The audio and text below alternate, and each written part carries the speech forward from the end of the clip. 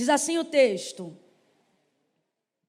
apertando a multidão para ouvir a palavra de Deus, estava ele junto ao lago de Genezaré, e viu 2 barcos à beira da praia do lago, mas os pescadores, havendo desembarcado, lavavam as redes. E entrando em um dos barcos, que era o de Simão, pediu-lhe que o afastasse um pouco da praia, e assentando-se ensinava do barco a multidão. Quando ele acabou de falar, disse a Simão: faze-te ao mar alto e lançai as vossas redes para pescar. E respondeu-lhe Simão: mestre, havendo trabalhado toda a noite, nada apanhamos, mas sobre a tua palavra lançarei as redes. E fazendo assim, eles escolheram uma grande quantidade de peixes, de modo que se lhes rompia a rede. E fizeram sinal aos companheiros que estavam no outro barco, para que fossem ajudá-los. E eles foram e encheram ambos os barcos, de maneira tal que quase iam a pique. Diga amém por essa palavra. Se assente glorificando a Deus aí nessa noite. Oh, você que pode, né? Quem não pode, fica de pé dando glória. Que é para esquentar o sangue e a coluna não doer, o esporão ser curado. Eu profetizo que quem está de pé hoje vai receber primeiro. Aleluia. Porque não é fácil, eles estão pagando um preço maior, né? Glória a Deus. Eu vou contar de 1 a 3 e quando eu disser 3, você vai virar em direção à pessoa que está ao seu lado e já vai começar a liberar para ela uma das palavras que Deus colocou ao meu coração, uma palavra que vai determinar o rumo profético daquilo que Deus confiou para a nossa vida nessa noite como verdade profética. Vou pedir para você segurar o fundo hoje só um pouquinho, só no início, daqui a pouco você sabe, né? A gente vem junto, mas é porque no momento eu preciso me alinhar aqui. Você sabe, eu não posso chamar Jesus de Genésio. Eu não posso botar Moisés na cova, nem dizer que Daniel abriu o mar. Mas não vai embora não, tu fica sentado aí que daqui a pouco a gente volta junto. No 3, você vai liberar uma palavra e vai dizer para esta pessoa desse jeito: não é por necessidade. Calma que eu não contei até 3 ainda. Vai, eu que estou cansado e tu que está confusa. No 3, quando eu disser 3, você vai virar para ele ou para ela e vai dizer: não é por necessidade. Que houve? É 1, é 2, é 3, libera a palavra. Para o outro vizinho, de novo, vai. Não é por necessidade que Deus opera. Não é por necessidade que Deus faz milagre. Não é por necessidade que Deus muda a história. Não é por necessidade que Deus vira a página da vida de alguém. Não é por necessidade que Deus faz milagre. Não é por necessidade que coisas extraordinárias ou sobrenaturais acontecem. Está na hora da gente entender, como igreja de Deus constituída aqui na terra, como servos de Deus, como cristãos, que o que move o braço de Deus ao nosso favor não é necessidade, gente. À medida que você cria um pensamento doutrinário, ideológico na sua mente, de que o que move a ação de Deus em nosso favor é necessidade, você coloca Deus numa posição humana e não divina. Você coloca Deus na circunstância de alguém que é impelido por obrigatoriedade a abençoar alguém por necessidade. Você coloca Deus numa posição que dentre em pouco tempo, o Deus que hoje você diz amar e o Deus que hoje você diz adorar, em pouco tempo você vai achá-lo injusto. Porque você vai ver Deus abençoando pessoas que na sua perspectiva não precisariam ser abençoadas. Já tem família, já tem casa, já tem carro, não tem doença, não tem enfermidade, tem filhos, tem empresa, tem estabilidade social. Para que Deus abençoa ele tanto? E vai começar a ver outras pessoas lutando contra o câncer, com filhos afastados da casa de Deus.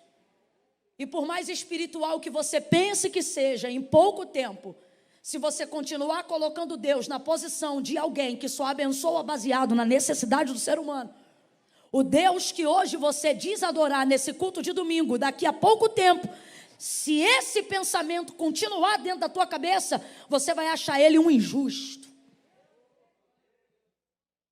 Por que aquela irmã que ora está passando prova? Por que aquele irmão que é íntegro está passando dificuldade na saúde?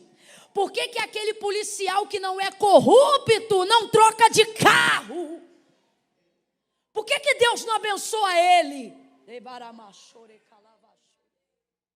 Mas por quê? Porque ao longo dos anos, dentro da nossa cultura, e o que é a força da nossa cultura, gente? É aquilo que é colocado na nossa cabeça de maneira muito sutil e muito paulatina, devagar, a conta-gota. Aquilo que é colocado na sua mente devagar, paulatinamente e a conta-gota, tende a formar em você um pensamento muito mais forte do que você sentar numa cadeira de sala de aula para aprender alguma coisa. É por isso que a força da cultura é mais forte do que a força do conhecimento. A força da cultura, ela é mais forte do que aquilo que é aprendido num quadro negro, porque ela entra intrinsecamente dentro de nós e acaba se tornando parte de quem nós somos. Então a gente começa a pensar que, na verdade, todos os nossos pensamentos fazem parte de uma expressão de liberdade onde eu penso o que eu quiser, porque na verdade você não se lembra que foi levado a viver uma vida onde você foi educado a pensar do jeito que você pensa hoje e acha que pensa espontaneamente. Quem desenvolve isso é a cultura. E eu não estou dizendo que é errado, é normal. Todo mundo aqui será influenciado pela sua cultura social, familiar, pela cultura brasileira, por exemplo. No nosso caso aqui, trazer a manifestação da graça, falar sobre o cristianismo, falar sobre a abundância nos nossos dias hoje, sem confundir a cabeça das pessoas com teologia da prosperidade e doutrina triunfalista e etc., se torna um desafio. Por quê? Porque as pessoas normalmente acreditam em dois extremos. Ou elas acham que tem que prosperar e arrebentar a boca do balão toda hora para provarem que tem sucesso no cristianismo, ou elas acham que é o outro lado, o que o catolicismo chamava de franciscano, que é você acreditar que não tem que ter nada para poder a sua santidade ser legítima. Quando, na verdade, Jesus não é nem tanto nem tão pouco, é o homem do meio, do equilíbrio. Então preste atenção no que eu vou dizer. Doutrinariamente falando, a gente foi levado a pensar de um jeito que a gente pensa que é próprio, mas que na verdade foi educado pela força da nossa cultura. E agora eu estou falando a nível Brasil. Completa para mim, por favor. Eu estou falando a nível Brasil. A gente foi educado de uma forma que quando a cultura do céu, a cultura do reino de Deus toca na terra, nos nossos corações e na nossa mente, pelo poder da palavra que liberta, antes dela ser aceita, primeiro a gente vive um choque.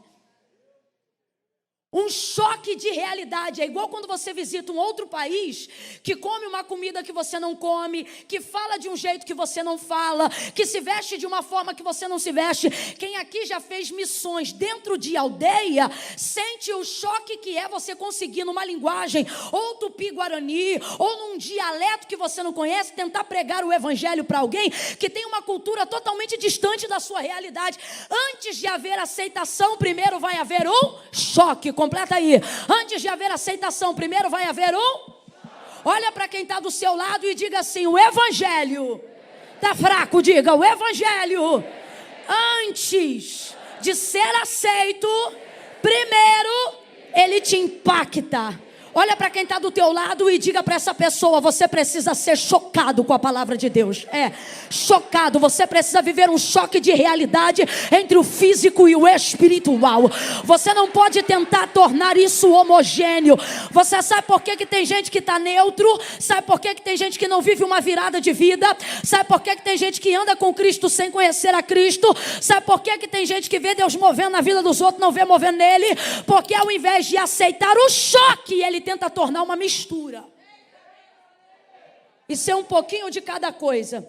Quando então começamos a compreender o Evangelho de Cristo dentro da nossa cultura de vida, de família, cultura social, financeira, presta atenção, não perca isso aqui não. Quando então é introduzida a cultura do céu, do verbo vivo, da verdade que liberta, dos princípios do Senhor, a gente então vive um choque muito grande. Por exemplo, a maior manifestação de Deus para nós é a sua salvação, que é concedida a nós por graça e não por mérito. Isso é básico, não é? É concedido por graça e não por mérito. Camila, o que eu faço para Deus me amar? Nada, Deus já te ama. Camila, há alguma coisa que eu possa fazer para Deus me amar mais do que Ele já me ama? Não, não há nada.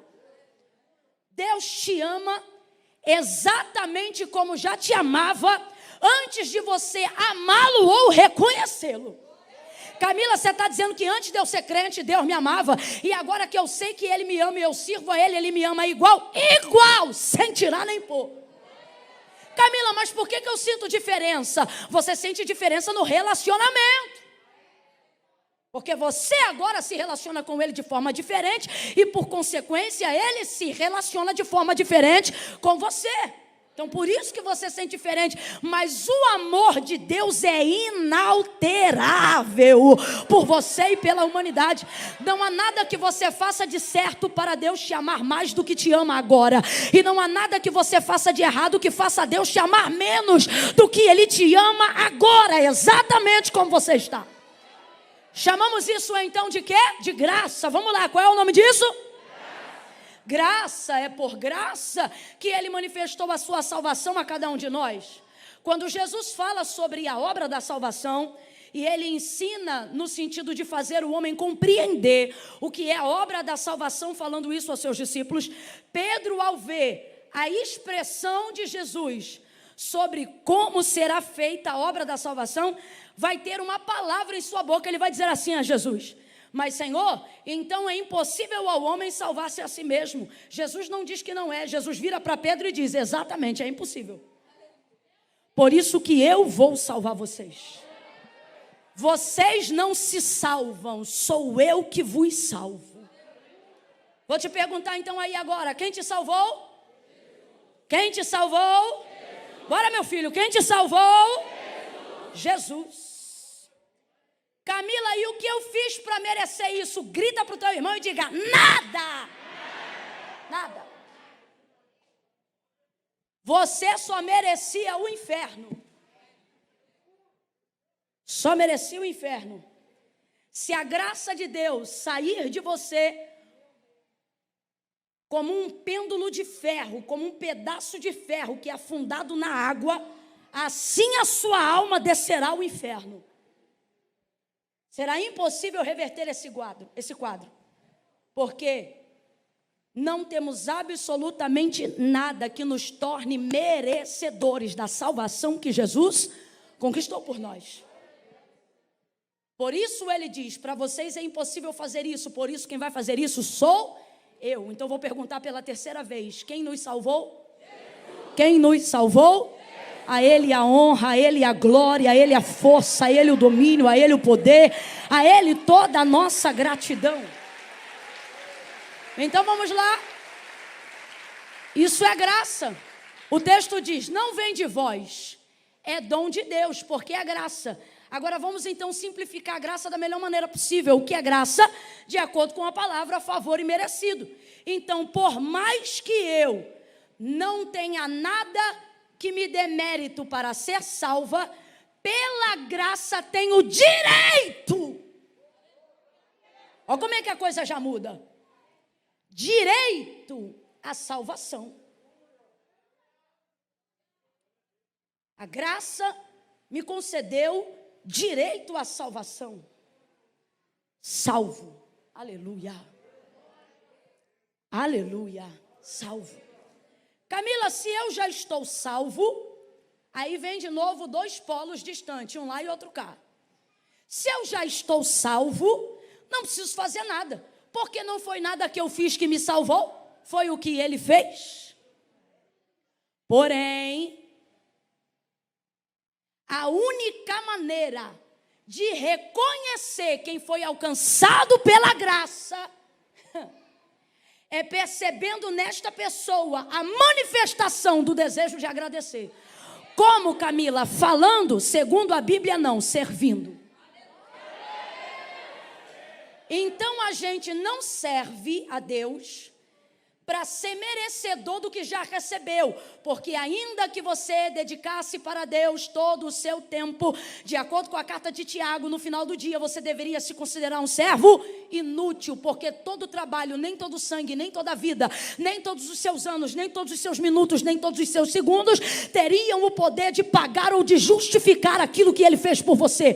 Quem está entendendo isso, diga amém. Uma vez que não há nada que eu faço para justificar isso, eu não o sirvo para me justificar, eu o sirvo para agradecer. Eu o sirvo para manifestar o tamanho da minha gratidão em ter sido salva por Ele. Até aqui, quem está entendendo, diga glória. Aleluia! Então não tem esse papo de graça superabundante. A graça não precisa de um hiperlativo para ser boa. A graça é a graça e do jeito que ela é suficiente. Ok? Mas por que eu tento trazer um hiperlativo em cima do que é suficiente? Para tentar justificar o que eu não quero fazer sobre a justificativa da graça. Camila, eu não entendi, vai entender agora. É essa cambada que não quer mudar de vida, porque não dá para chamar de povo. Porque povo se rende, povo é submisso, povo é ovelha, povo tem pastor, povo é orientado. Então não dá para chamar de povo. É essa cambada que não quer se submeter, que não quer renunciar, que não quer demonstrar gratidão por intermédio de serviço como linguagem do seu amor, que já premedita os pecados que não vai renunciar sobre a justificativa de que eles já foram pagos. Isso não é amor, isso não é gratidão. Segundo Paulo, isso é gente que, se tivesse Jesus em carne diante deles, repetiriam o processo do Calvário todo dia. O que Paulo está dizendo é que quem age assim crucifica a Cristo todo dia e no final do dia pisa no sangue dele. Não sou eu que estou dizendo, o apóstolo Paulo disse isso, só estou reproduzindo. Esse é um polo. E qual é o outro polo? Os santarrões. Qual é o outro polo? Os que acham que, se santificarem demais, poderão pagar a santidade, ou melhor, a graça que receberam, sem saberem que, na verdade, no final de tudo, vão queimar no mesmo fogo do inferno que qualquer pecador que não tenha reconhecido a Cristo. Por quê? Porque pecaram no adultério? Não. Porque usaram drogas? Não. Porque tinham vício de pornografia? Também não. Mas porque tiveram um pecado que é tão degradante como qualquer outro. Qual, Camila? O orgulho da santidade.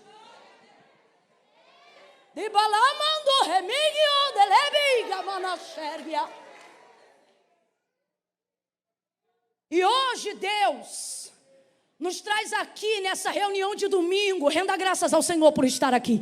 Renda graças ao Senhor por estar aqui. Oh, glória! Para dizer para nós, nem tanto nem tão pouco, eu quero que você seja um discípulo equilibrado. Equilíbrio é a resposta. Camila, aonde eu alcanço o equilíbrio? Em Cristo. É só você perceber. Jesus, em todas as versões, é o homem do meio, não para ser neutro, mas para equilibrar os pratos. Você sabia, por exemplo, que Tsidekenu, quando você separa a etimologia da palavra no hebraico, não significa o Senhor é a minha justiça, significa o Senhor é o Deus dos pratos equilibrados. Só quem já comprou no varejo, naquela balança que tinha que colocar peso de um lado e ver o prato subir e descer, sabe do que eu vou dizer agora. Quando o texto diz dos pratos equilibrados, está dizendo que a justiça de Deus não é como a nossa é como trapo de imundície, que é qual, Camila? Para você ver justiça ser feita, na visão humana, é sempre assim. Para alguém se dar bem, o outro tem que se dar mal. Para você sentir que justiça foi feita, alguém tem que ser preso. Essa é a justiça dos homens. E qual é a justiça de Deus? A equidade. Por isso, na etimologia da palavra em hebraico, o que chamamos de o Senhor é a nossa justiça, na verdade significa o Deus que equilibra os pratos.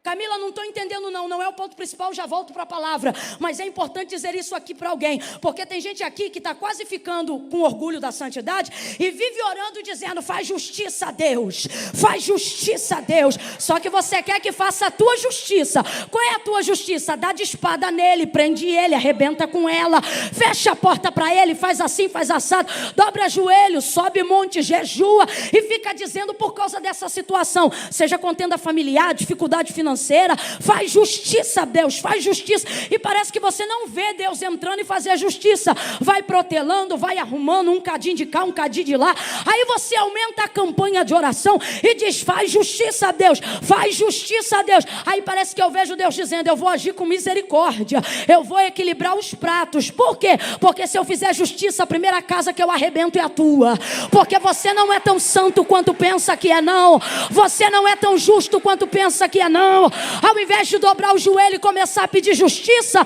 primeiro tente o recurso da misericórdia, para que você possa ver a mão de Deus agindo em seu favor e não contra você. O que chamamos de justiça, segundo a nossa visão, para Deus é vingança. Mas Ele também executa esta obra, por isso Ele diz, minha é a vingança.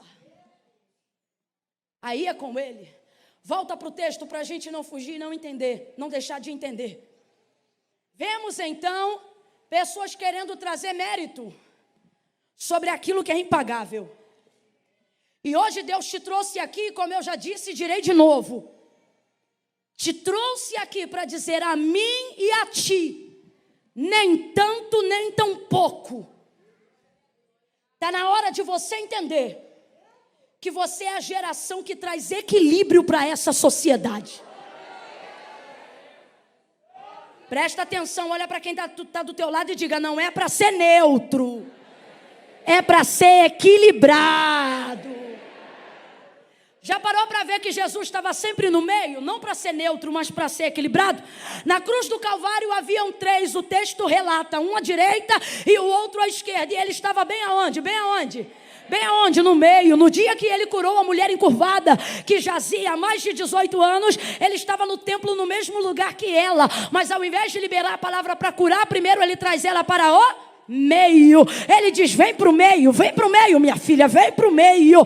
Quando ela vem, ele a cura.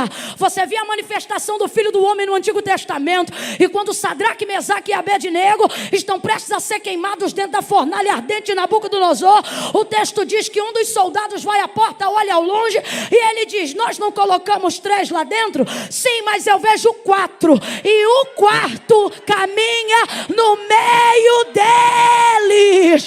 João vai relatar que em Apocalipse ele viu os 7 castiçais de ouro, haviam 7, número de plenitude, mas o texto diz que na visão do Cristo glorificado, ele não estava parado nem na direita e nem na esquerda, mas ele passava entre os 7 castiçais de ouro.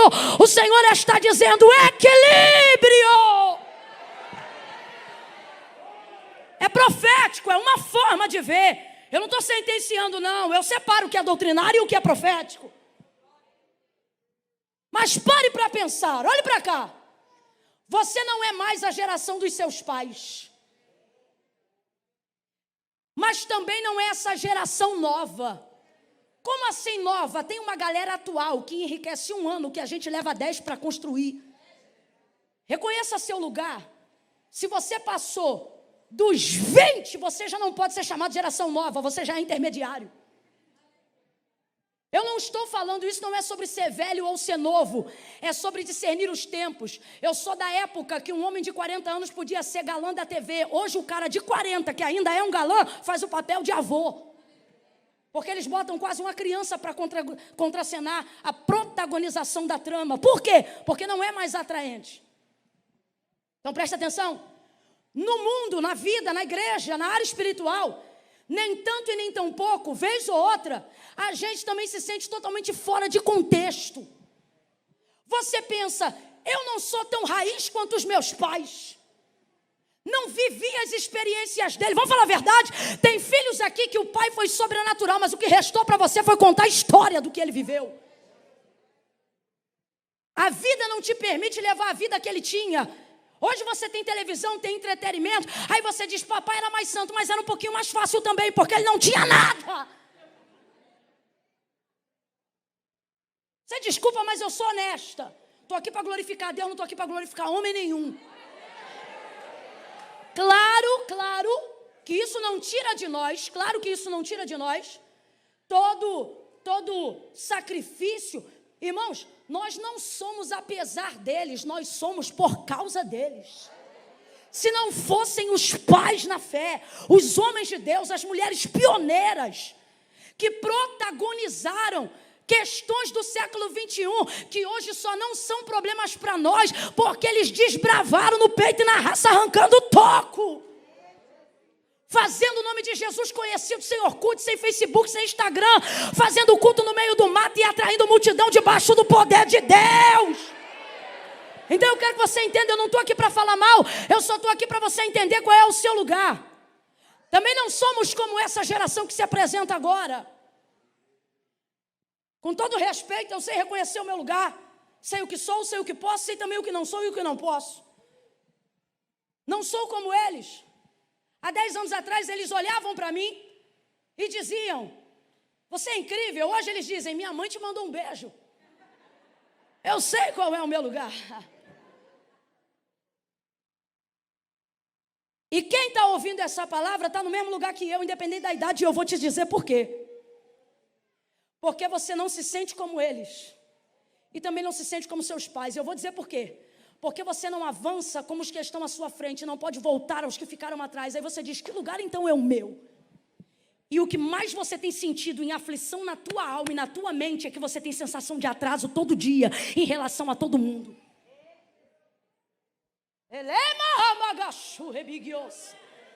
Você não está em depressão porque não tem dinheiro. Você não está em depressão porque ainda não tem namorado. Essas questões podem te incomodar, mas não são as questões fundamentais. O que perturba a tua mente é olhar no Instagram, ver que as pessoas têm uma vida resolvida e você ainda não sabe qual é o seu lugar. Não me sinto como eles, os da frente. Também não me sinto como eles, os de trás. E essa geração está ficando com a mente bugada, perturbada, porque não entendeu que você não tem que ser os da frente e não tem obrigação de reproduzir os que os de trás fizeram, porque você é a geração que vai trazer equilíbrio entre as duas partes.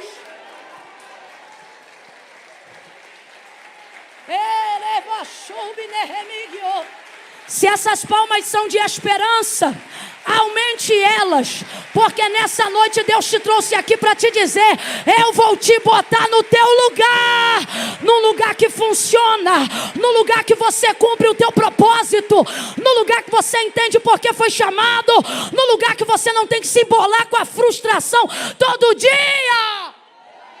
Olha para quem está do teu lado e diga, você tem um lugar. Alivia o compressor do retorno para mim, por favor. Diga de novo, você tem um lugar. Grita para ele ou para ela e diga, você tem um lugar. Fala rasgado assim para ela. E não é lá e nem ali. É aqui. Deus não te prendeu no futuro, nem te segurou no passado. Você é a geração que vai revolucionar o presente. Você vai trazer um novo tempo.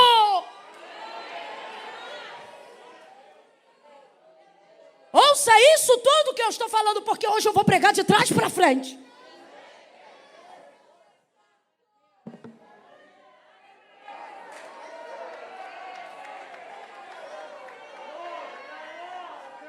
Obrigada.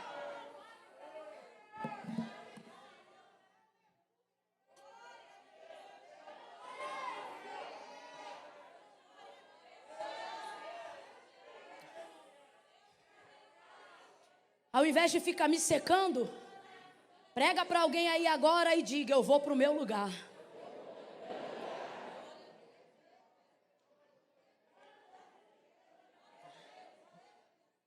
Sabe qual é o problema de quem está no meio? Achar que só deve ocupar os lugares altos. Só que realização não tem a ver com o quanto que você tem a ver com o quanto que você é. Deus não vai te dar nada para você bater no peito e dizer eu tenho. Aquilo que vem da mão de Deus para você não é para você ter, é para te tornar. Quem está entendendo o que Deus está falando aqui? Deus vai te provar que não é dinheiro que realiza o homem. Jim Carrey, atravessando recentemente um quadro de depressão, falou um negócio fenomenal. E ele não é crente não, mas ele falou um negócio fenomenal. Ele disse assim, olha, eu queria de verdade que todo homem, toda pessoa que deseja ficar rico e ter sucesso, alcançasse isso, para quando chegar lá, perceber que não é isso que realiza. Ele falou isso porque de fato ele tinha a junção das duas coisas, fama, prestígio, status, sucesso e muito dinheiro. Só que ele atravessou um quadro de depressão terrível. Está na hora de você entender que não é quanto você tem que torna quem você quer ser. Se isso fosse uma verdade, rico não se matava. Abre a tua mente. Não é o quanto você tem, é o quanto o que você tem diz sobre quem você é ou quer ser. De que adianta ter tudo e não saber quem se é? Camille, isso acontece e acontece, irmão. Porque eu conheço gente com bicicleta que é realizado porque sabe onde quer chegar. E conheço gente que tem carro com tanque cheio, mas fica na garagem porque não sabe para onde vai. Conheço gente que mora de aluguel. Eu não estou dizendo que eu quero isso para a sua vida, não. Eu estou enganjada na visão da igreja. Saúde, paz e prosperidade. Eu vou te provar isso hoje, ainda antes do culto acabar. Eu não, a palavra de Deus. Só que você tem que entender que você não depende de tudo que acha que tem que ter para ser quem você quer ser. Não é isso que vai fazer você ser. Eu conheço gente que mora em casa alugada e quando chega em casa pode bater no peito e dizer, eu tenho uma família. Conheço gente que mora em triplex, dono de cobertura e tem que dormir sozinho porque só tem casa, não sabe o que é um lar.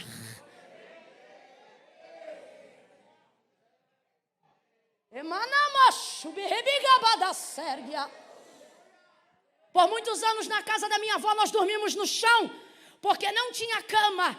E quando o tempo passa e você cresce e conhece coisas como depressão, insônia, síndrome do pânico, síndrome do pensamento acelerado, ou visita casas que não tem paz, aonde o demônio perturba o sono das pessoas a madrugada inteira, aí me faz dar glória a Deus pela esteira de palha que a gente tinha na casa da minha avó. Hoje não moramos mais assim, não vivemos mais assim, porque Deus prosperou, Deus tem abençoado. Mas por que eu estou dizendo isso? Para você entender que tem gente que tem cama que você quer ter, mas não tem o sono que você tem, dormindo aonde você dorme.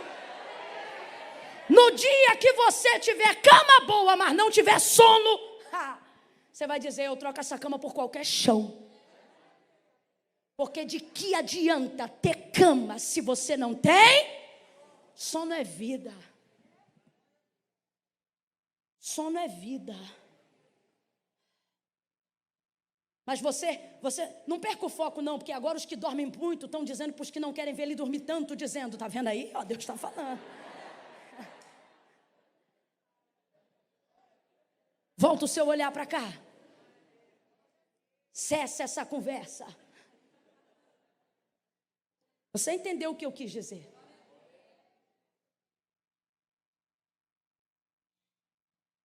Então preste atenção. Quando nos vemos no meio, temos dificuldade de saber qual lugar ocupamos. E por quê? Porque está faltando em nós manifestação da palavra que já temos. Não podemos terceirizar aquilo que o Senhor falou conosco. Agora vamos aqui entender a força da cultura. Porque eu vou falar aqui sobre esse milagre. Qual é a epígrafe do texto, para quem tem o título desse texto aí? Vai estar escrito, a pesca, isso aí. A pesca maravilhosa. Por quê? Porque não é a pesca por necessidade. Essa pesca não tem nada a ver com fome. Essa pesca tem a ver com o chamado de Pedro. Tem nada a ver com fome isso aqui. O ministério de Jesus pode provocar algumas coisas aonde ele passa por consequência dele ser quem ele é. Mas nem tudo que ele faz significa que ele foi lá para fazer o que fez. A maior prova disso é para purificar as pessoas que andam com ele. Lembra do Sermão da Montanha? Nesse dia não multiplicou nenhum peixe, não curou ninguém. Nesse dia não fez nada. E a multidão ficou? Não, o texto diz que ela foi embora. E só os 12 ficaram. E Jesus, ao invés de impressionar para que eles se mantivessem, não, olha para eles e pergunta, e vocês não querem ir embora também não? Porque ele não quer alguém que ande com ele pelo efeito, ele quer alguém que ande com ele pela causa. A maioria das pessoas que não conseguem viver uma realidade, um encontro com Deus verdadeiro, no ministério, no evangelho, no cristianismo, são pessoas que ao longo da sua jornada só querem se envolver com o efeito, esquecendo que Jesus é a causa. Só para você entender, isso aqui que aconteceu foi um milagre extraordinário. Tanto que o texto vai dizer, a pesca maravilhosa. Completa esse adjetivo aí, por favor. A pesca foi? Vem com vontade, enche a boca. A pesca foi? Maravilhoso. E o que é maravilhoso? Maravilhoso é melhor que bom. Quando uma coisa é boa, muito boa, a gente diz é ótima. Quando o ótimo já não expressa, então a gente diz, mano, não foi bom, não foi ótimo não, foi? É o nome que o próprio Deus coloca na boca de Isaías para ser identificado por ele. Ele diz, ou não conhece o meu nome, visto que eu sou bom? Não. Visto que eu sou ótimo? Não. Visto que eu sou maravilhoso.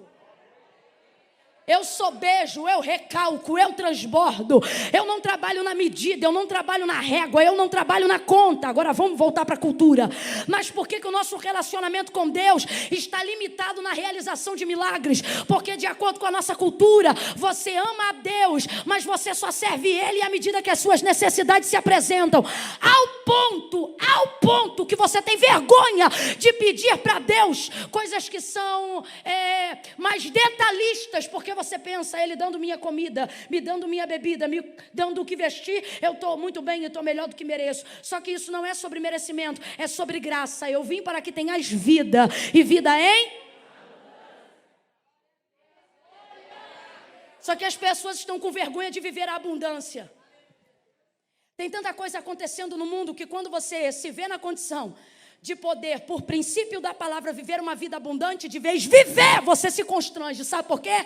Porque no reino de Deus Ele manifesta a graça, Ele manifesta a vida transbordante, Ele manifesta a vida recalcada, sacudida, Ele manifesta um relacionamento não de servo e senhor, Ele manifesta o relacionamento de pai e filho. A forma como Deus quer se relacionar com você não é como a forma de alguém que te serve, é como alguém que te ama eternamente, é como alguém que não faz por você só o que você precisa, mas está disposto a fazer por você tudo o que for importante para você. Então, se é importante para você, é importante para Deus. Só que você tem vergonha. E você pensa que isso é bonito porque você acha que é cristão, mas não é. Alguém, por força da cultura que a gente viveu, vindo de um país escravista, escravocrata, mas também escravista,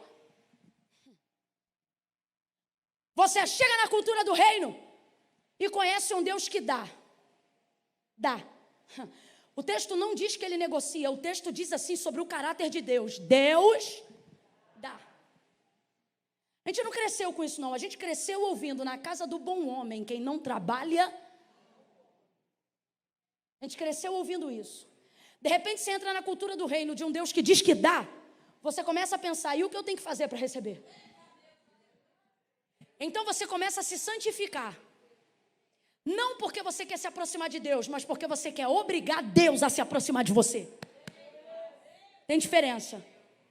Para quê? Para tentar se justificar. Para tentar se achar um pouco mais merecedor de receber um pouco mais.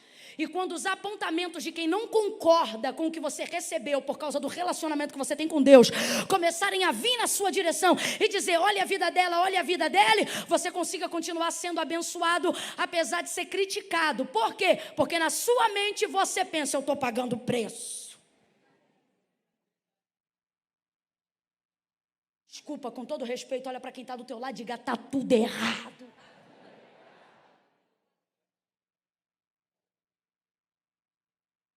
Alguém colocou na nossa cabeça, e quando eu digo alguém, não me refiro a uma pessoa, me refiro à força da nossa cultura. Colocou na nossa cabeça o quê? Que nós nos relacionamos com Deus por necessidade. Por quê? Porque a gente vem de uma pobreza. Não, Camila, nem é meu caso, sempre vim de berço de ouro, então seus pais vieram. Não tem como você ter sobrevivido, seja a década de 70 ou a década de 80, e dizer que você veio de berço de ouro. Há uma simplicidade na sua família, há algum pensamento, se você é brasileiro, há algum pensamento fundamental, intrinsecamente colocado na sua cultura desde o seu nascimento, que você tem que pagar preço, que você tem que trabalhar, que você tem que correr atrás da casa própria. A geração X, ela não corre atrás da casa própria não, sabe por quê? Ela não descapitaliza. Ela vive de juros e mora onde quer. Eles não compram barcos, eles alugam. Eles não compram casas, eles moram uma temporada em cada lugar que ele quiser. A força da nossa cultura diria: ignorância. A primeira coisa que o homem tem que fazer é a casa própria. Aí se descapitaliza inteiro para ter a casa própria. Aí você diz: mas esse é o certo. Não, esse é o pensamento que alguém te ensinou. Porque de acordo com a economia, não é sobre certo e sobre errado, é sobre o que dá retorno. Então não vem colocar sentimento no dinheiro. Eu estou te falando sobre fatos. Só para você entender a força da cultura. A gente cresceu. Eu me lembro de trabalhar com a minha avó na casa da patroa dela. E quando ela voltar a entrar no único cômodo que a gente tinha, o banheiro ficava quase que do lado de fora, só tinha um banheiro e um cômodo. Esse cômodo era tudo pra gente. Ali era a sala, ali era a cozinha, ali era o quarto, só dependia da hora. Na hora do almoço era a cozinha. Na hora da televisão era a sala. E na hora que a gente botava os colchonetes no chão, era o quarto. Tudo no mesmo lugar. E eu me lembro que na casa da patroa da minha avó tinha tudo.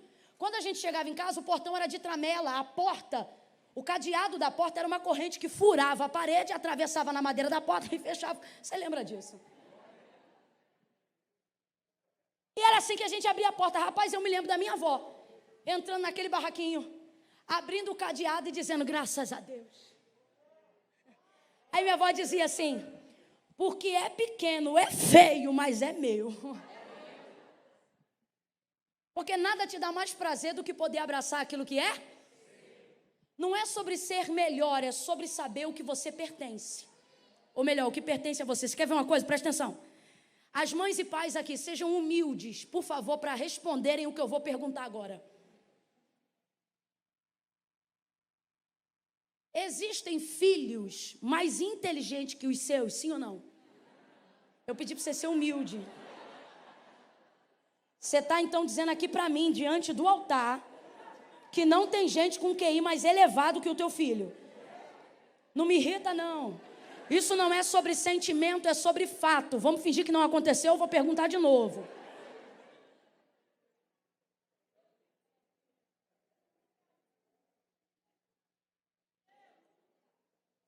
Se você for sincero, você vai entender a revelação.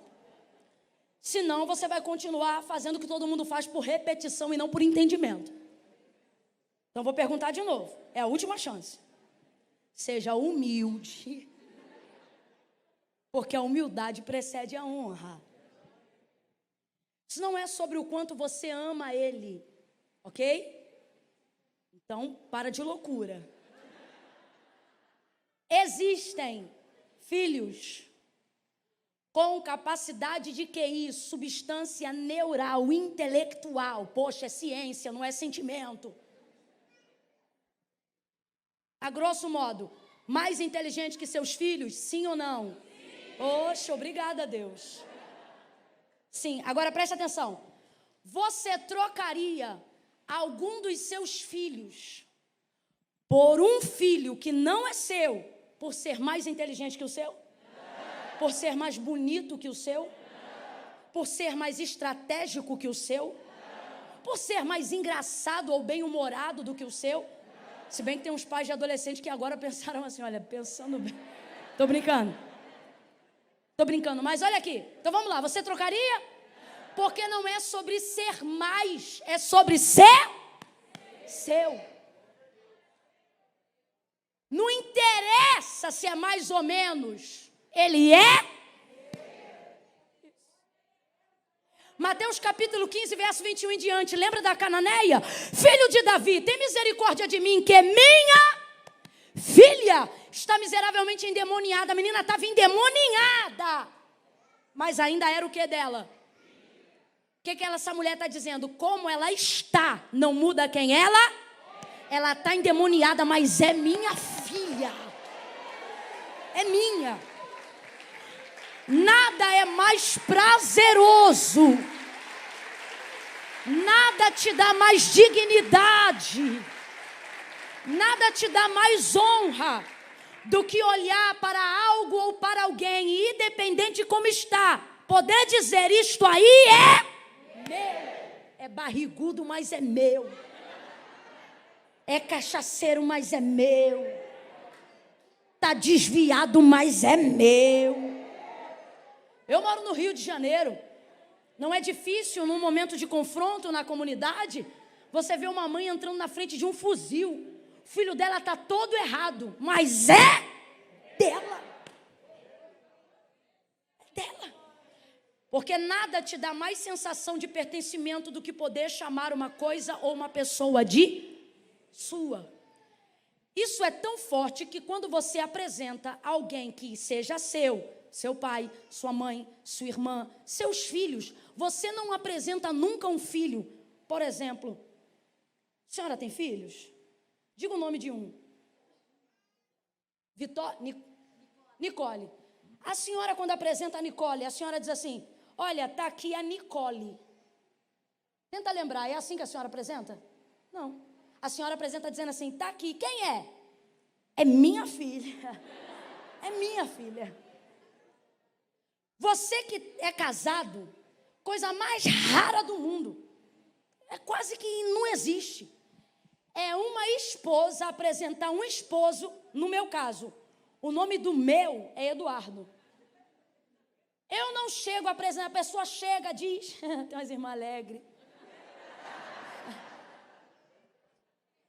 Aí chega e diz, quem é? Eu não digo, é o Eduardo. Eu digo, é meu marido. É meu esposo. Mas fora a brincadeira, não é por... É natural. Está aqui, ó, quem é? É meu filho. Se dependesse desse povo, como a gente, que tem senso de pertencimento, a gente não quer saber o nome de ninguém. Quem é fulano? É filho do ciclano. Quem é ciclano? Filho do fulano. A gente conversa assim em casa. Quando você lança o nome de alguém que você conhece, mas não é apresentado por você, mas é apresentado pelo pertencimento de alguém, olha como é que a conversa fica. Menina, tu não sabe o que aconteceu. O quê? Filhinho da Dete saiu de casa. Quem é Dete? Ué, marido da Cristina. Ué, mas quem é esposo da Cleide, da farmácia do seu Pedro? Você vai nas áreas de pertencimento para identificar a pessoa. Então eu me lembro, para a gente não perder aqui a ideia, eu me lembro da minha avó entrando naquele barraco que não tinha nada, a casa da patroa era muito melhor. Dava um ódio. Na casa da patroa eu limpava banheiro, mas brincava na banheira. Na casa da patroa eu limpava a varanda, mas brincava na piscina. Na casa da patroa eu limpava o quarto das crianças e brincava com os brinquedos da criança. Eu nunca tinha visto uma Barbie original. Eu ficava, quando chegava em casa, rapaz, a gente era tão pobre que a nossa vassoura era de mato. Tu lembra? Nosso negócio de tapar o tanque era espiga de milho.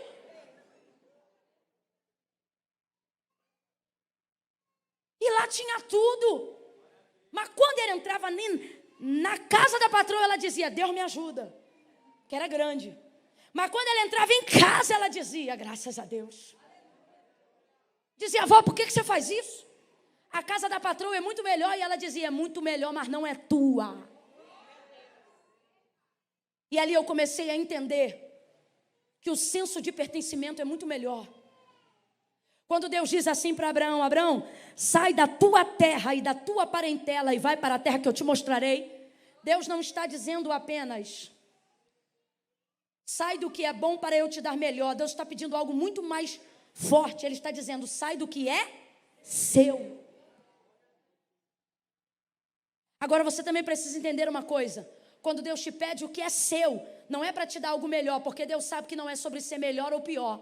É seu. Então não pode ser substituído. Quando Deus pede o que é seu, não significa que Ele vai te dar algo melhor. Por isso Ele deu para Abraão Canaã. Mas deu só para Abraão? Não. Deu para toda a sua descendência até o dia de hoje. Porque quando Deus pede o que é seu, Ele não vai te dar o que é melhor. Ele vai te dar o que é eterno. Ele vai te dar o que é eterno. Quem está entendendo, diga amém.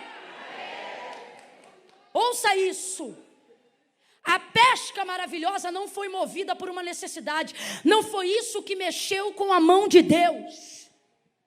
Não foi pela fome que Jesus multiplicou os peixes. Ele foi ali para captar Pedro, impressionar Pedro, motivar Pedro, revelar o chamado de Pedro. E para realizar a causa, manifestou o efeito. Nesta noite Deus te trouxe aqui para dizer: quer se envolver com o efeito? Come hoje, não sabe quando come de novo. Quer se envolver com a causa? Você causará efeito aonde passar. Você causará efeito aonde você orar. Não é por necessidade, mas a força da nossa cultura quer impor para nós um relacionamento com Deus baseado em necessidade. Não é diferente sobre a vida de quem é simples ou veio de uma cultura mais empobrecida. Os discípulos seguiam a Jesus. 15 minutos eu encerro. Os discípulos seguiam a Jesus. E seguindo a Jesus, Jesus percebeu que eles estavam com Ele por causa daquilo que Ele fazia. Então Jesus um dia vai parar eles e vai dizer assim: filhos, eu não quero vocês ansiosos. Olha isso. Eles estão andando atrás de Jesus, podendo revolucionar o mundo, mas o pensamento deles é: o que a gente vai almoçar hoje? Eles estão andando com o verbo que pela sua palavra criou o mundo. Mas eles estão pensando: o que será que vai ser a janta? Jesus está dando um sermão no deserto, e eles, de vez se realizarem na palavra, eles pensam: tem que mandar esse povo embora logo, porque não tem comida para todo mundo. A força da cultura. A força da cultura te ensina que você tem que lutar para comer, para vestir, para calçar. A gente trabalha tanto para ganhar tão pouco. Quando a gente entra na cultura do céu, Deus vem para sobejar, mas a gente não sabe. E a fim de não sucumbir debaixo da bênção, Deus tem que dar a conta-gota. Mas não é porque Ele quer te botar para mergulhar, mas é que se Ele te joga agora, tu te afoga. Porque na força da cultura, alguém disse para você que você não está pronto para viver isso. Mais do que isso, sem você perceber, foi incutido na tua cabeça que isto não é para você. Por isso, quando você bota uma roupa muito cara, ao invés de desfrutá-la, você tem medo de rasgar. Você está rindo, mas isso é muito sério. Na força da cultura, da terra, eu quero deixar isso muito claro, da terra, quando você começa a ser muito abençoado, de vez em se alegrar, você começa a suspeitar. Porque a vida da gente é de tanta guerra, de tanta peleja, que quando Deus diz: agora eu vou te abençoar, e tudo começa a dar certo, de vez você se alegrar, você fica em casa assim: vai acontecer alguma coisa. Fala a verdade. Vai dando uma angústia na tua alma. Tá tudo tão bem, tá tudo tão em paz, que você começa a pensar: vai dar desgraça, o telefone toca, a tua mão já sua. Você pensa: é tragédia. Só pode ser, porque tá tudo muito bem. Você começa a mostrar para Deus que não está pronto para ser abençoado. Sabe por quê? Porque a cultura da terra ainda te choca mais do que a do céu. Mas hoje Ele te trouxe aqui. Oh, meu Deus, quem tem ouvidos, ouça o que o Espírito diz à igreja. Hoje Ele te trouxe aqui para te dizer: a cultura da terra te choca, mas não te transforma. A cultura do céu te sustenta, te garante, te alimenta, te levanta. A oração do Pai Nosso não é: deixa eu tocar no céu como eu vivo na terra. Não! Olha para quem está do teu lado e grita, diga não! Ai, Camila, eu não gosto de gritar. Então outro dia você não grita. Hoje você vai gritar, porque o pregador é pentecostal até o tutano. Olha para quem está do teu lado aí agora e diga não! A oração do Pai Nosso não é: seja feito no céu como é na terra. Como é que é a oração do Pai Nosso, minha gente? A tua vontade, como ela é feita Deus está dizendo, sabe por que está tendo dificuldade de você se relacionar comigo? Seja como igreja, seja como ministro, seja como ovelha ou seja como pastor. Porque você, de vez de receber a cultura do céu na terra, fica o dia inteiro tentando empurrar a cultura da terra no teu relacionamento com Deus. Sua vida é isso o dia inteiro. Vem que eu já fiquei louca, senta aí. Vai ficar doida comigo. Para de enfiar, colocar, espremer, apertar, impelir a terra no céu. Quanto mais você faz isso, mais você sofre. Deus está dizendo, não é isso, não é isso, não é isso. É para você pegar essa cultura que tem impactado a tua alma e transformar ela para o teu físico. É para você pegar essa cultura que está do céu e trazer ela para a terra, traz para a tua mesa, traz para os teus relacionamentos, traz para a tua vida espiritual. Pai nosso que está no céu, santificado seja o teu nome. Venha a nós, venha a nós, venha a nós, venha a nós, venha a nós, venha a nós. Pega o céu aí com a mão, vai, venha a nós, venha a nós. Pega aí, leva o céu para o número da tua casa, leva o céu para o nome do bairro onde você mora, leva o céu para o sobrenome da tua família. Abre aí a tua boca, pronuncia o sobrenome da tua família, pronuncia o nome da rua onde você mora e diga, venha a nós o teu reino seja feita. Não é a vontade da Ibovespa, não é a vontade do dólar, não é a vontade do Bolsa Família, não é a vontade do Itaú, do Bradesco, não é a vontade de ideologia, não é a vontade da imprensa, da mídia. Venha o teu reino e seja feita a tua vontade.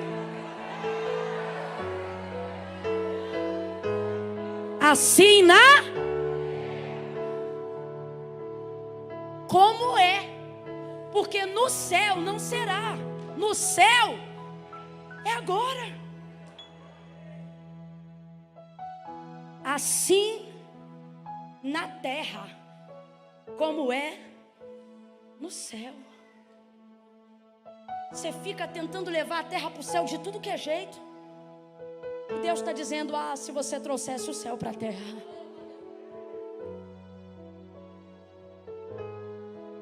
Você entenderia que o que eu tenho para você é mais do que o teu sangue determinou. Que o que eu tenho para você é mais do que os teus pais desejaram ao teu respeito. Que o que eu tenho para você é mais do que a sua expectativa de PIB no final do ano. O que eu tenho para você vai muito além do prognóstico governamental. O que eu tenho para você vai muito além de qualquer margem econômica, de qualquer estatística humana. A cultura do céu. Jesus então olha para os seus discípulos e ele diz assim: eu não quero vocês andando ansiosos com o que vão comer, com o que vão beber. Olha o que ele diz, preste muita atenção. O vosso, ele não diz o vosso Senhor, ele diz o vosso Pai. Mas para a gente é difícil um pai que paga as contas. Tem gente aqui que não tem nem o nome do desgramado na certidão, porque ele fez o filho e foi embora. Há outros que sabem o nome, o endereço, tem o fator RH dele, o mesmo sangue, mas acha que a paternidade tem a ver com R$250 por mês. E eu não estou falando sobre não ter dinheiro, eu estou falando sobre não manter presença. Sem medo de errar, sem medo de errar. Estatisticamente falando, 70% das pessoas que estão aqui não têm um relacionamento saudável com o pai. E não é por causa do filho, é porque o pai era um largado, porque o pai dele fez isso com ele também.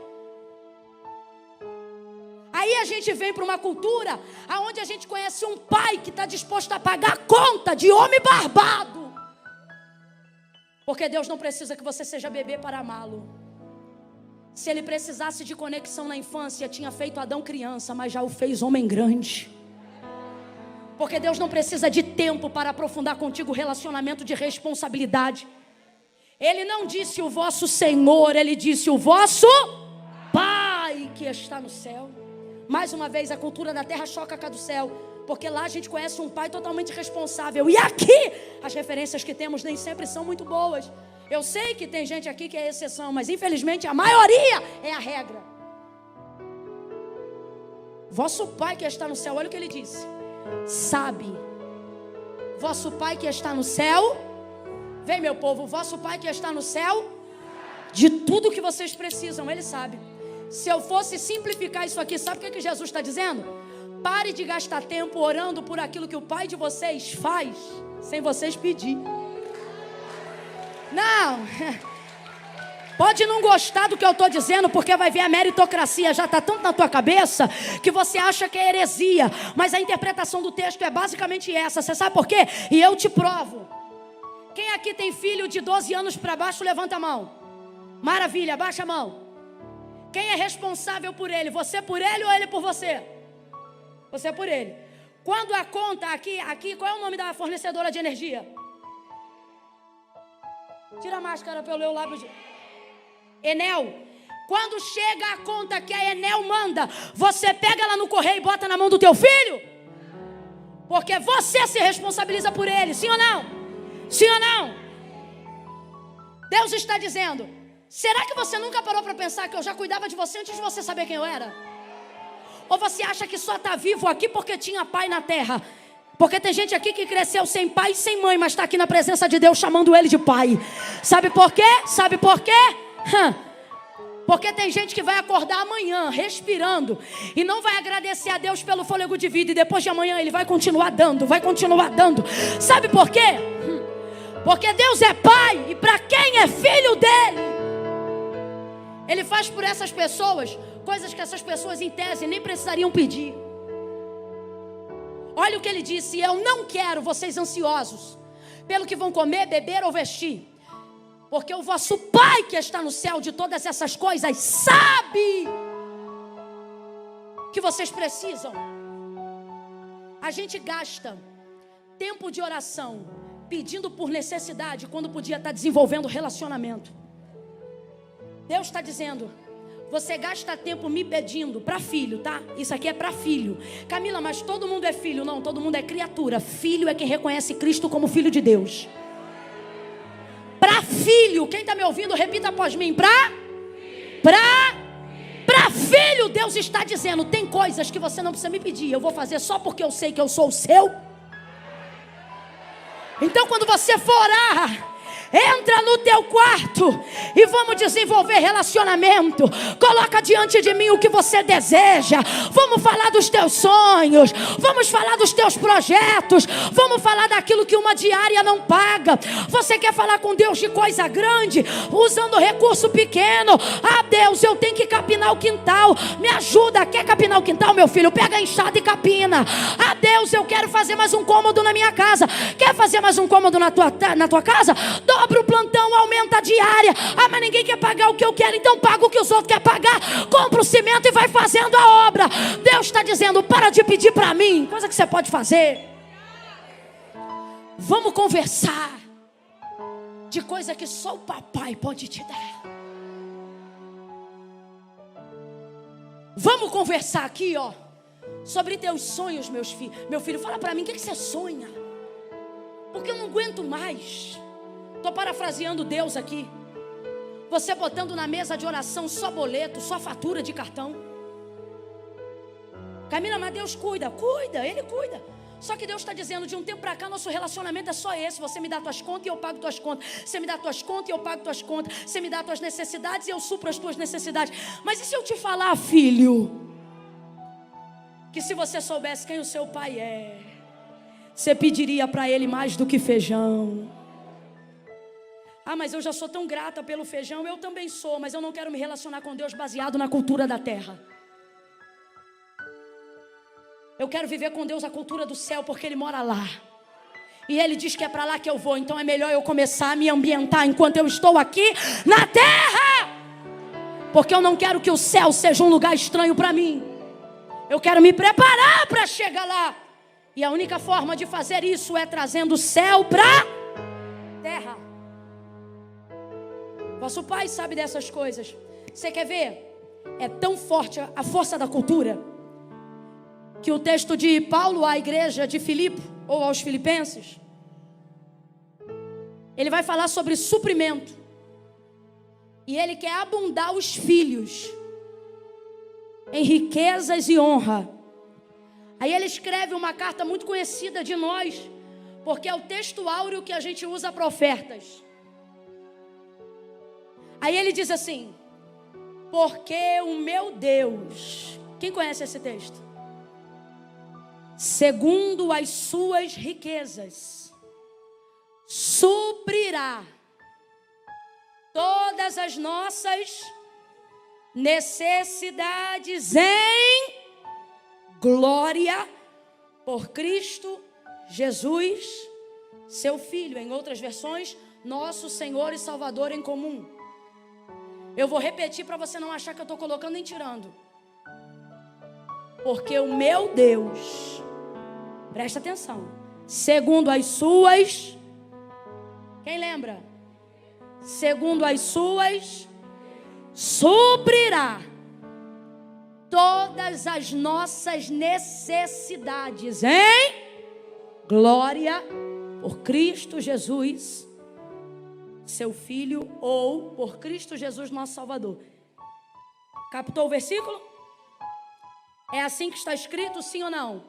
Está aí, ó. Nesta versão aí, ó, Almeida Corrigida Fiel. O meu Deus, porém, segundo as suas riquezas, suprirá todas as vossas necessidades em por Cristo Jesus. Então vamos lá. Ele vai suprir as necessidades segundo o quê? Por favor. Ele vai suprir as minhas necessidades segundo o quê? As riquezas de quem? As riquezas de quem? E Ele fará isso em cima das minhas necessidades com peso de? Então presta atenção. Riqueza está antes, glória está. Quem está no meio? Quem está no meio? Ele está dizendo: eu vou suprir suas necessidades não de acordo com as suas necessidades. Olha o texto. Eu vou suprir suas necessidades de acordo com o que? Está escrito. Segundo as riquezas de quem? Agora eu te pergunto, tem você mais necessidade do que Deus tem riqueza? Não, ouve.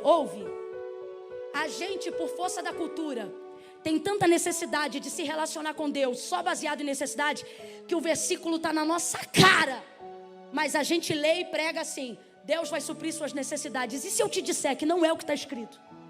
Porque quando eu leio esse versículo e digo: Deus vai suprir suas necessidades, eu só estou anunciando a parte B. E este versículo tem a B e C. Olha isso, é teologia na veia.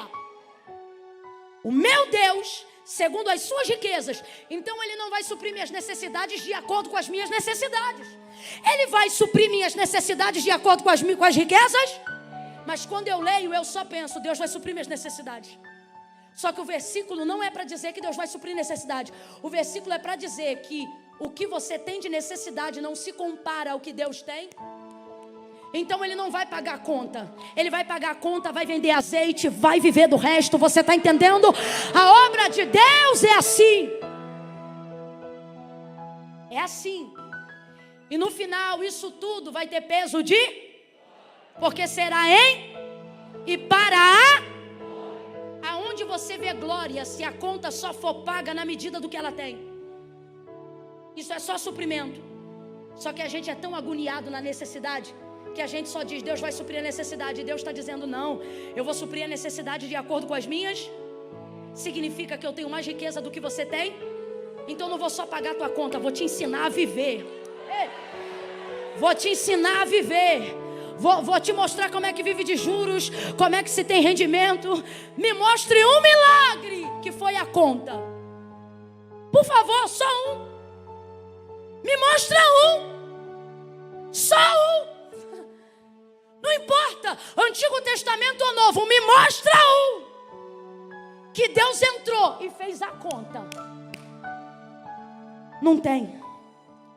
Quando Ele entra, não faz a conta, faz a sobra. Mas a mente da gente é que Deus é só Senhor. Só que Deus te trouxe hoje aqui para dizer: não, Senhor, eu sou de todos, mas Pai sou dos meus. Fica de pé quem quer ser filho ou quem é filho nessa noite. Filho. Filho. Oh, meu Deus do céu. Olha para quem está do teu lado e diga: necessidade não obriga um milagre. Diga: expectativa realiza milagre. Então presta atenção, olha para cá. Deus não faz milagre para quem precisa. Corrige isso hoje na tua cabeça. Por dois motivos. Primeiro, para você continuar adorando o Deus que você adora hoje. Para que daqui a um ano, dependendo do que você passar, ele não vire injusto porque não ajudou um justo. Segundo, para que a partir de hoje você possa viver milagres. E não espere chegar no fio da navalha para viver milagres. Porque as pessoas só redobram a sua busca para Deus quando estão no limite do abismo. Porque elas acham que o que move a mão de Deus é necessidade. Mas eu vou falar de novo. E se você não ouviu nada do que eu preguei durante todo esse tempo, guarde isso. Deus te trouxe hoje aqui para te dizer que Deus não faz milagre para quem precisa.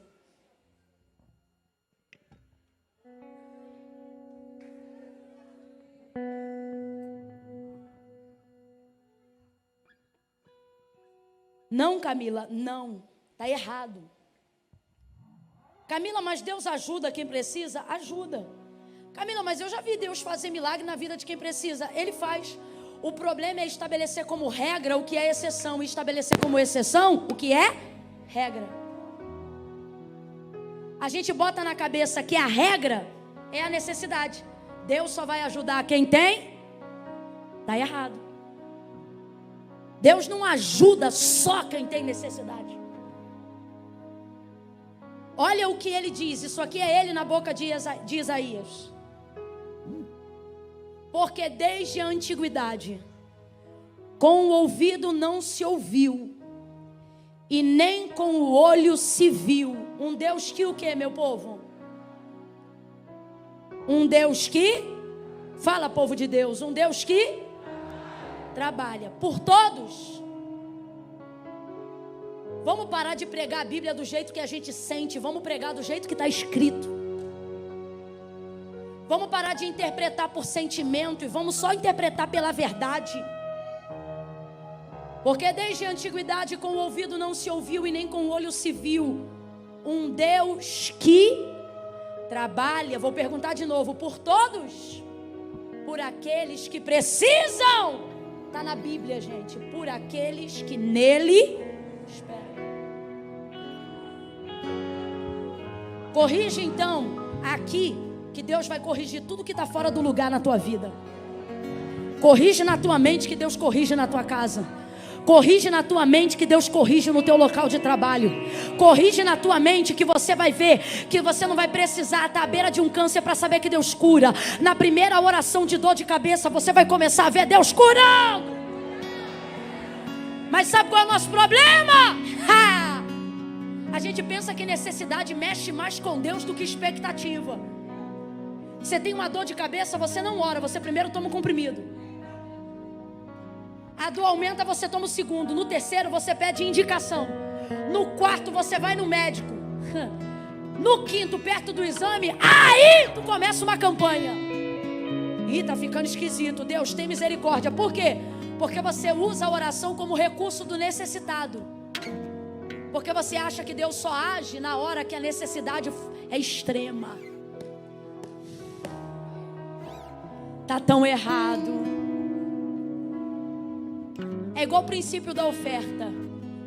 Se for para pobre, você dá uma oferta maior. Se você vê que a pessoa tem uma condição melhor, você diz: eu não vou ofertar não, fulano já tem. Então você nunca ofertou. Porque oferta não é assistência social.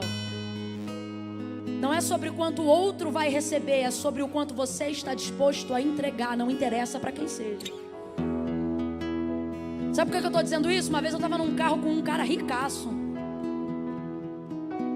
Eu vi que o cara tinha. Aí Deus falou assim comigo: oferta tanto na vida dele. Eu falei: só pode ser carne. Vai lá e fala com ele, que era ele que tinha que ofertar na minha. Deus falou: oferta tanto na vida dele. Senhor, mas ele é rico. Aí o Senhor disse: então para você oferta é isso? Então suas ofertas nunca foram minhas, elas sempre foram suas. Porque a gente só quer viver na base da necessidade. A gente acha que é só no limite da necessidade que Deus vai se manifestar. E é por isso que o nosso relacionamento com Ele é oscilante. Porque quando a gente está muito mal na terra, a gente traz muito céu para a terra. Mas quando a gente melhora na terra, a gente esquece o céu.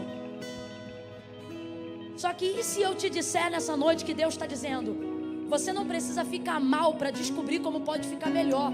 Estando bom, você pode descobrir como é que faz para ficar ótimo. E estando ótimo, você pode viver de um jeito que pode ficar ainda melhor. Pode ser? Aleluia! Eu vejo o espírito de sabedoria abrindo mentes nesta noite.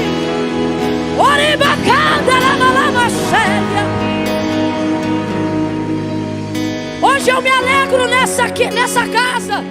Hoje eu não sou nada não, mas hoje eu estou aqui me sentindo como Jesus do Sermão da Montanha. Não curou um paralítico, não multiplicou um peixe, mas naquele dia estava fazendo a peneira de quem ia com ele até o final. Por quê? Porque os grandes milagres, antes de acontecerem do lado de fora, primeiro eles acontecem do lado de dentro, entendendo como a palavra funciona. Não é necessidade que provoca milagre, é expectativa. Na pesca maravilhosa, Pedro não ia passar fome se ficasse sem peixe aquele dia. Você acha que na casa de um pescador não tem peixe não, minha filha?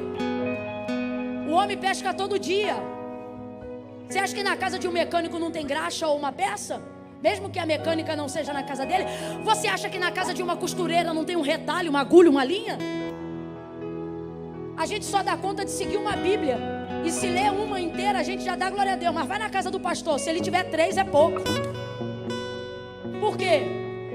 Porque tudo que você se envolve muito traz sobejo na sua conduta. A gente chama isso de ossos do ofício. Então presta atenção. Se Pedro não comesse naquele dia, ou se ele ficasse sem peixe naquele dia, ele não passaria fome. E se aquelas pessoas não tivessem o peixe que Pedro pegou, elas também não passariam fome, porque elas distavam apenas 8 quilômetros de suas casas. Então presta atenção. Não tem nada a ver com necessidade, isso foi apenas consequência.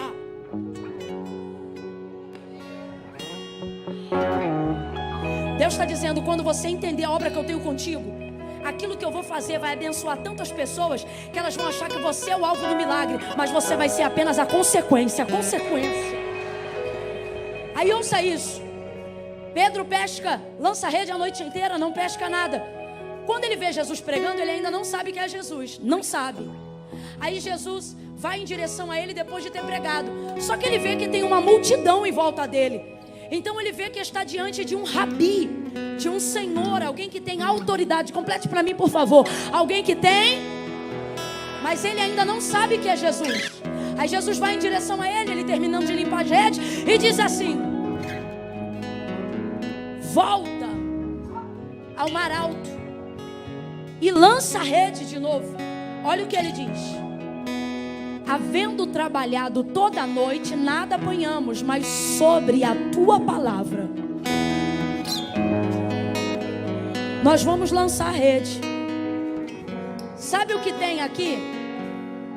Não é necessidade, é a expectativa que Pedro colocou na palavra que Jesus lançou.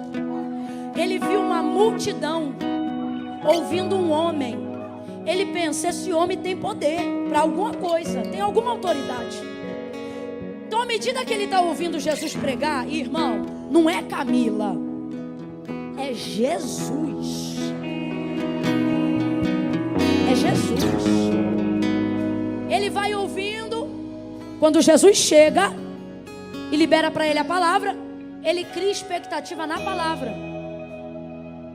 Ele volta para o mesmo mar, ele entra no mesmo barco, ele usa a mesma rede. Então responda para mim: alguma dessas coisas geram expectativas nele? Porque tudo está aí. A única coisa que está diferente é que agora ele tem uma. É igualzinho você depois que esse culto acabar. Você vai voltar para a mesma casa, vai voltar para o mesmo local de trabalho. Eu não vim pregar mentirinha para te emocionar, dizer que você vai entrar em casa e teu marido vai estar mudado do dia para a noite, teu filho vai estar mudado do dia para a noite. Se Jesus mandar eu falar, eu falo, mas ele não mandou. Você vai voltar para a mesma mulher, às vezes vai voltar para o mesmo tratamento essa semana, às vezes vai ter que tomar o mesmo remédio hoje antes de dormir. Só que o Senhor está dizendo: o barco é o mesmo, a rede é a mesma, você parece a mesma pessoa, mas agora vai gerar uma nova expectativa, porque você está debaixo de uma palavra correta, uma palavra que aponta um caminho, uma palavra que vai alinhar a tua vida ainda esse ano. Eu acho que você não entendeu, eu vou falar de novo. Esta palavra desta noite, ela não vai mudar a tua noite, ela vai alinhar o teu ano. Ainda este ano, ainda este ano, ainda este ano. Oreva calamanda rabaço.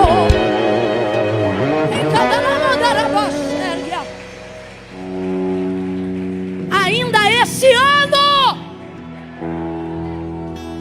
Mesmo barco, mesmo mar, mesma rede, mas uma expectativa correta, uma fé correta, uma motivação correta vai gerar um milagre que não estará baseado na necessidade, mas na realização, no seu desejo de glorificar a Deus, no seu desejo de viver coisas extraordinárias, para que quando as pessoas perguntem como isso aconteceu, você teve que morrer, você teve que perder, você vai dizer: não, eu só coloquei expectativa na palavra que Ele liberou para mim. Corrige a expectativa. Pare de se relacionar com Deus por necessidade hoje. Corrige a expectativa. Comece a falar com Deus coisas que você só fala com amigos. Pare de dobrar joelho só para dizer: te agradeço por esse dia, entrego a minha noite em tuas mãos, coloco tudo aos teus cuidados, te peço perdão pelos meus pecados e te agradeço por tudo em nome de Jesus, amém. Dá de doido, filho. Dobra o joelho e diz assim: como é que o senhor está? O senhor está bem? Não relaciona com ele só por necessidade, não. Dobra o joelho e diga para ele: o senhor está precisando de alguma coisa?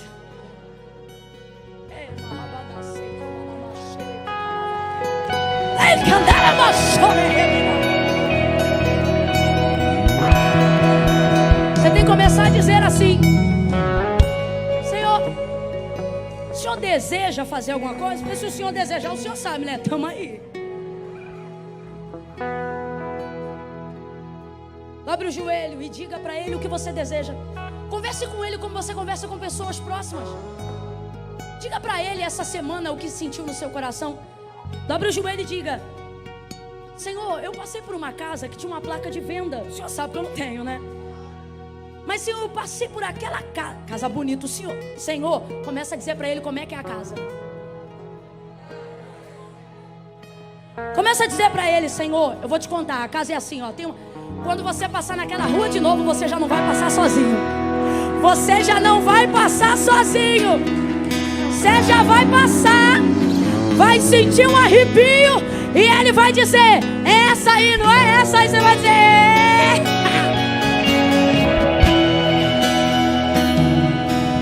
Você vai dizer: Deus, Eu sinto até vergonha de falar essas coisas com o Senhor, visto o que acontece no Brasil e no mundo. Mas, Senhor, eu só tenho o Senhor. É no Senhor que eu creio, é o Senhor que eu sirvo, é no Senhor que eu confio. É em Ti que está depositada a minha alma, a minha força, a minha confiança. A alegria dos meus dias vem de Ti, a minha força vem de Ti, os meus sonhos são para Ti. Eu não quero ter dinheiro para me vangloriar, eu não quero ter casa para mim vai descer. Eu quero viver uma vida onde as pessoas olhem e digam: como é que pode isso? Você vai dizer: foi o meu Pai que deu, foi o meu Pai que fez, foi o meu Pai que operou, foi o meu Pai que curou.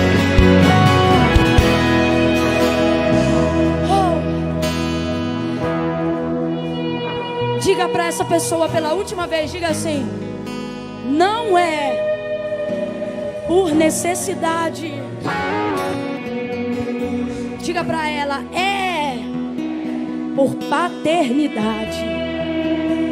Diga assim: não é por necessidade. Diga: é por expectativa. Ouça. Tendo dito tudo isto, entenda: Deus não quer agir de acordo com as suas necessidades. Ele quer agir em cima das suas necessidades, de acordo com as riquezas dele. Deus não quer pegar peixe para matar tua fome. Ele quer pegar peixe para impressionar teu ministério, para impressionar as pessoas que estão olhando para você. Deus não é adorado apenas quando na prova você vai dando glória a Deus. Tão adorado quanto é na prova, também o é numa casa bonita. Ele não faz acepção. Tudo é para a sua glória. Só que tudo depende de que, ao invés de que você continue empurrando a terra para o céu, você comece a trazer a cultura do céu para chocar a cultura da terra. Quem está disposto a isso, levanta a mão direita que eu vou orar por você agora. Só quem está disposto. Camila, não me convenceu, não acredito nessa palavra, não concordo com nenhuma das bases de interpretações textuais que você utilizou. Não levanta a mão, porque isso não é por necessidade, isso é para quem crê. Isso é para quem tem expectativa. A medida da palavra é por medida da fé. Não tem fé para isso, não levanta a mão. Agora, Camila, faz sentido, eu entendi pela palavra. Deus abriu o meu entendimento enquanto você pregava. Coisas que eu realmente não entendia, abriu a minha mente. Camila, eu não estou mais me sentindo culpado em querer sonhar. Camila, eu não estou mais confuso. Levanta a mão então aí. Pai, no nome de Jesus, eu oro agora nesta noite pela minha vida e pela vida de cada um dos teus filhos que estão debaixo desta palavra. A cultura, seja ela brasileira ou seja ela qual for, a cultura da nacionalidade, a cultura da hereditariedade, a cultura da sociedade não vai mais impedir a cultura do céu em nós. Venha o teu reino, venha o teu reino.